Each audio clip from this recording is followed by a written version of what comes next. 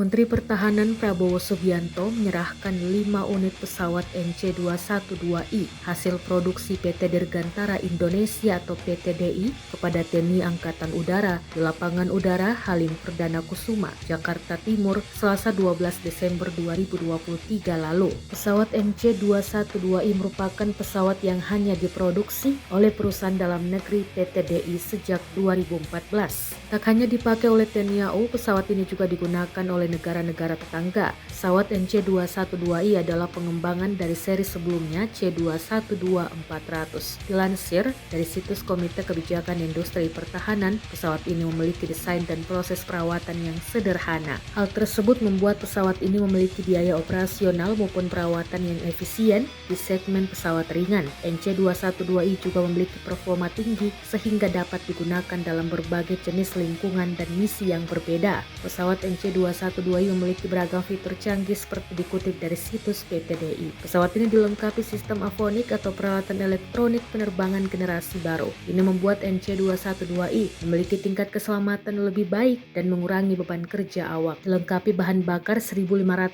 kg, pesawat ini mampu terbang dengan kecepatan mencapai 195 knot di ketinggian 1.000 kaki atau 304,8 meter.